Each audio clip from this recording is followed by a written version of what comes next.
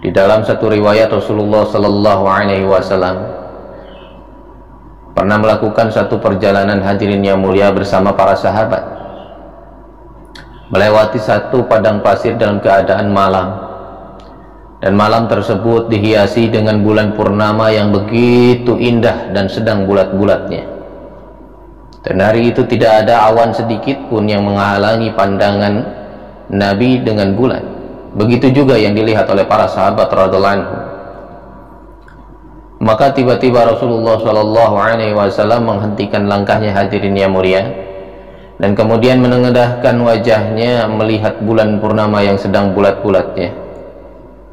Dan ketika Nabi melihat bulan purnama yang begitu sempurna bulatnya, hadirin yang mulia, tanpa ada yang menghalangi, tidak ada awan sedikit, maka Nabi Muhammad Shallallahu Alaihi Wasallam tersenyum, bahkan terlihat gigi gerahamnya. Dan ini membuat heran para sahabat radhiyallahu anhum yang melihat bahwasanya itu kejadian pertama kali yang mereka lihat atas Nabi Muhammad Shallallahu Alaihi Wasallam ketika melihat bulan, dan beliau tersenyum sampai terlihat giginya. Maka para sahabat bertanya, "Ya Rasulullah, ini baru pertama kalinya kami melihat, dan mengapa engkau begitu tersenyum melihat bulan purnama, bahkan gigimu sampai terlihat, ya Rasulullah?"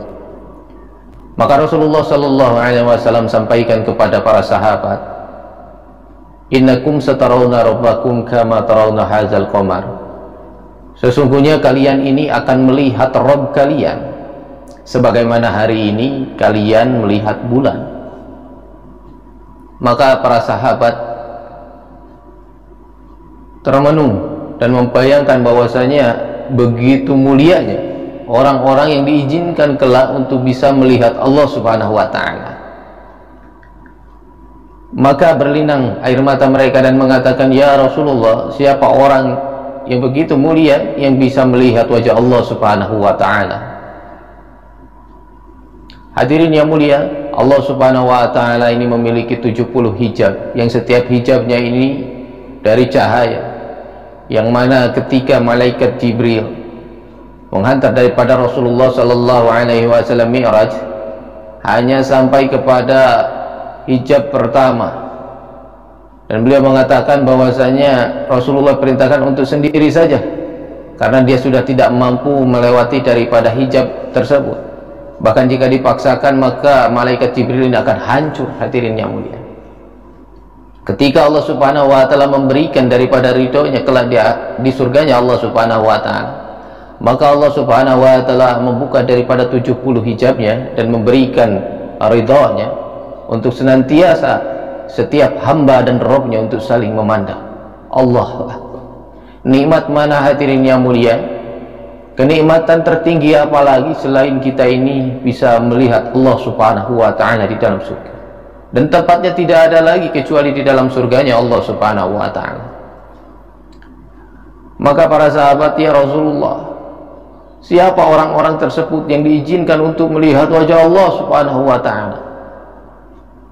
Maka Rasulullah Sallallahu Alaihi Wasallam sampaikan kepada para sahabat, "Adalah jika kalian mampu untuk tidak meninggalkan 2 rakaat sebelum matahari terbit, dan jika kalian mampu untuk tidak meninggalkan 4 rakaat sebelum matahari tenggelam, maka orang-orang tersebutlah yang akan diberikan keridhaan oleh Allah Subhanahu wa Ta'ala untuk memandang wajah Allah Subhanahu wa Ta'ala." Hadirin yang muliakan Allah Subhanahu wa Ta'ala, maka 2 waktu ini memiliki keutamaan yang begitu besar tanpa merendahkan waktu-waktu yang lainnya, hadirin yang mulia. Tuan-tuan yang dimuliakan Allah Subhanahu wa Ta'ala, maka hendaknya para da'i untuk bagaimana mengajak manusia kepada Allah Subhanahu wa Ta'ala dengan penuh keikhlasan di dalam hatinya, bukan menjadikan dakwah satu beban, hadirin yang mulia. Karena seandainya dakwah dijadikan satu beban, maka satu saat ketika dia mendapatkan takajah yang begitu besar, maka dia enggan untuk mengambil takajah tersebut. Tetapi manakala seseorang menjadikan dakwah adalah sebagai satu kesenangan, maka siapapun yang menerima takajah dalam dakwah, dia akan mengambilnya dengan penuh kesenangan. Sebagaimana seseorang, hadirin yang mulia, yang dia mendapatkan pekerjaan yang sesuai hobinya, maka dia akan menjalankan pekerjaan tersebut dengan penuh kesenangan. Melalui kesenangan-kesenangan tersebut, hadirin yang mulia, keadaan di pekerjaannya begitu membuat dirinya nikmat. Bahkan hari-hari pikirannya selalu ingin kerja lagi, kerja lagi, kerja lagi. Karena tujuannya bukan hanya sekedar daripada hasil pekerjaan, tetapi tujuannya adalah menikmati pekerjaan tersebut, rindu terhadap pekerjaan tersebut. Begitulah hari ini para masyayikh kita menginginkan kita dalam usaha dakwah. Bagaimana setiap diri daripada para da'i ini merindukan terhadap usaha dakwah, berhajat kepada usaha dakwah, di mana dikatakan bahwasanya usaha dakwah ini adalah pabrik daripada iman, hadirin yang mulia. Dengan adanya usaha dakwah ini, maka seseorang bukan hanya diperbaiki imannya, tetapi orang yang tidak beriman pun akan dijadikan orang yang beriman asbab usaha dakwah. Maka orang tua kita, para masyayikh kita dalam usaha dakwah sering mengulang-ulang, hadirin yang mulia, agar bagaimana setiap diri kita sebagai pekerja agama, agar bagaimana setiap diri kita sebagai da'inya Allah subhanahu wa ta'ala memiliki sifat-sifat yang mana sifat tersebut mendukung orang tersebut bisa istiqomah di dalam usaha dakwah. Ada 3 perkara yang disampaikan oleh Hadraji Maulana Sa'ad Damat Barakatuhum. Beliau sampaikan, setiap da'i akan Allah subhanahu wa ta'ala berikan istiqamah ketika memiliki 3 hal di dalam dirinya. Yang pertama, setiap da'i hendaklah memiliki daripada sifat tawadhu, yaitu sifat rendah hati dan tidak sombong. Karena sombong ini adalah pakaiannya Allah subhanahu wa ta'ala, karena sombong ini adalah hak Allah subhanahu wa ta'ala. Maka setiap da'i ini dituntut untuk mengajak manusia ini hanya kepada Allah subhanahu wa ta'ala, bukan kepada organisasi, bukan kepada harokah, bahkan tidak juga mengajak manusia kepada dirinya sendiri, hadirin yang mulia. Inilah para da'i yang senantiasa tawadu.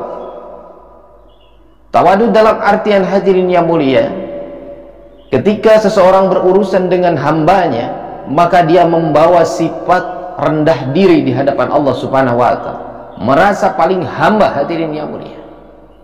Tetapi manakala berjumpa dengan manusia, maka dia mengedepankan sifat rendah hati. Inilah yang dicontohkan oleh Rasulullah sallallahu alaihi wasallam sebagai rasulnya Allah subhanahu wa ta'ala yang penuh dengan kemuliaan.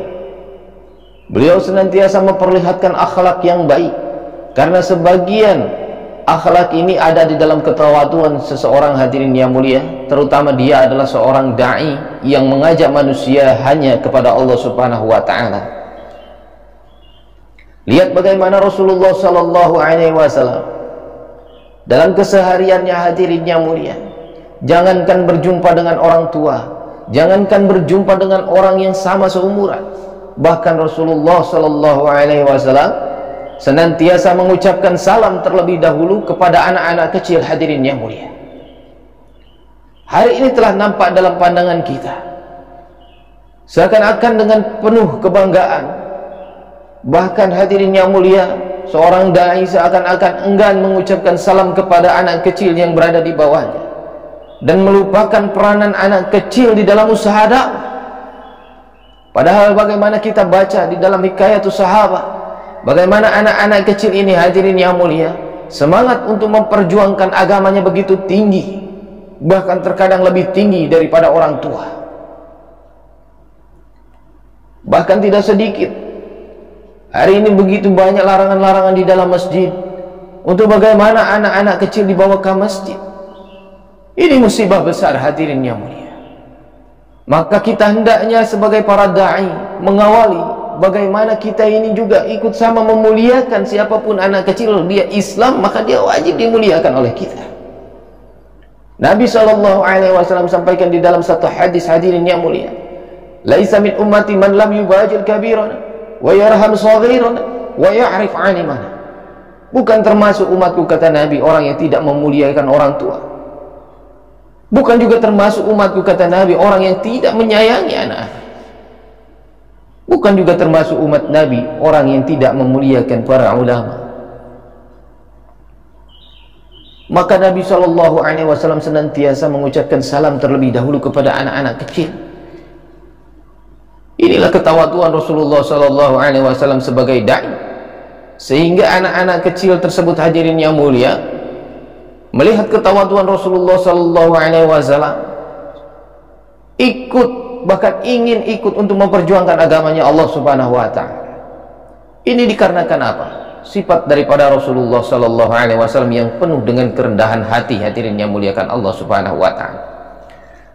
Maka sifat inilah yang harus dimiliki setiap da'i. Bagaimana da'i ini mengajak dengan ramah, bukan marah-marah, merangkul, bukan pakai pukulan, meramahi, bukan memarahi, mengajak, bukan mengajar.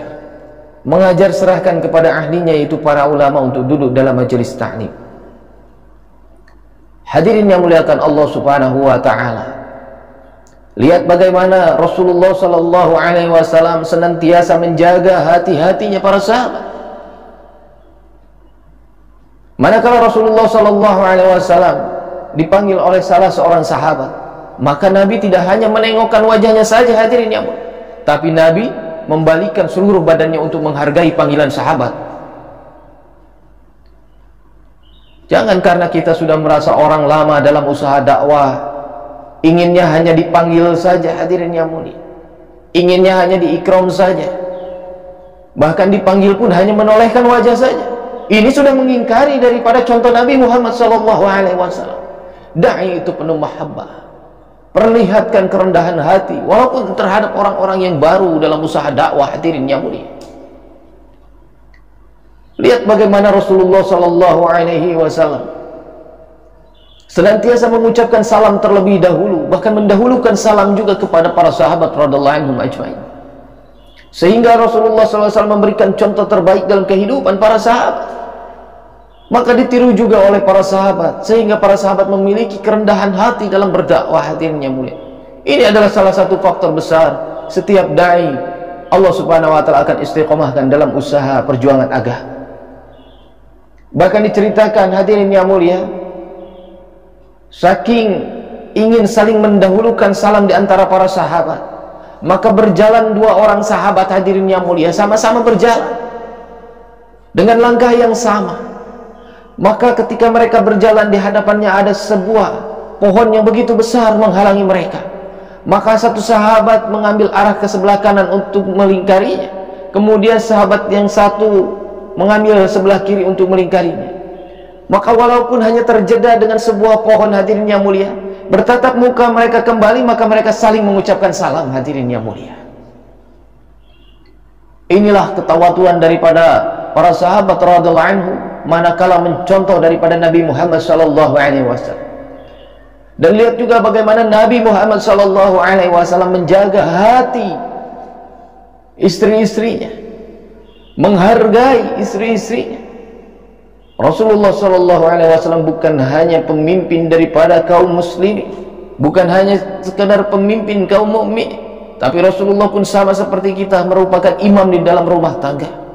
Tetapi Rasulullah SAW senantiasa memperlihatkan ketawaduannya, berdakwah dengan penuh contoh di dalam kehidupannya, hadirin yang mulia, sehingga para sahabiah yang merupakan istri-istri baginda Rasulullah SAW pun meniru daripada ketawaduannya Rasulullah SAW. Tiba waktu bergilir daripada Rasulullah SAW, datang kepada satu istri, kemudian besok datang kepada istri yang lainnya, terus seperti itu, membagi waktu dengan adil.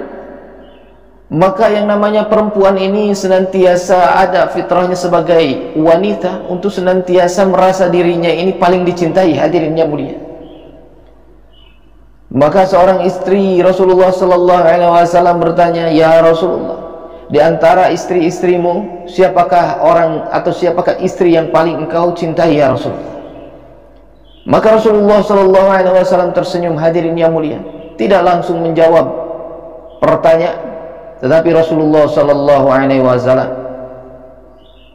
memberikan daripada cincin terhadap istri yang bertanya demikian. Maka Rasulullah bergilir esok harinya kepada istrinya yang lain, hadirin yang mulia. Maka setiap istri bertanya tentang hal yang sama. Ya Rasulullah, di antara istri-istrimu siapa yang paling engkau cintai? Maka setiap istri yang bertanya, Nabi SAW berikan cincin, hadirin yang mulia. Maka satu ketika Rasulullah SAW mengumpulkan daripada seluruh istri-istrinya. Maka Rasulullah SAW mengumumkan siapa istri yang paling dirinya cintai. Maka Nabi sampaikan bahwa sesungguhnya wanita yang aku paling cintai di antara istri-istriku adalah mereka yang mendapatkan cincin dariku. Ternyata hadirin yang mulia, semua orang, semua istri daripada Rasulullah mendapatkan cincin. Maka begitu senang daripada setiap istri Rasulullah SAW karena merasa dicintai. Tapi tidak ada yang merasakan sakit hati. Karena apa? Semua dibagi. Inilah kecerdasannya Rasulullah SAW. Anja Channel.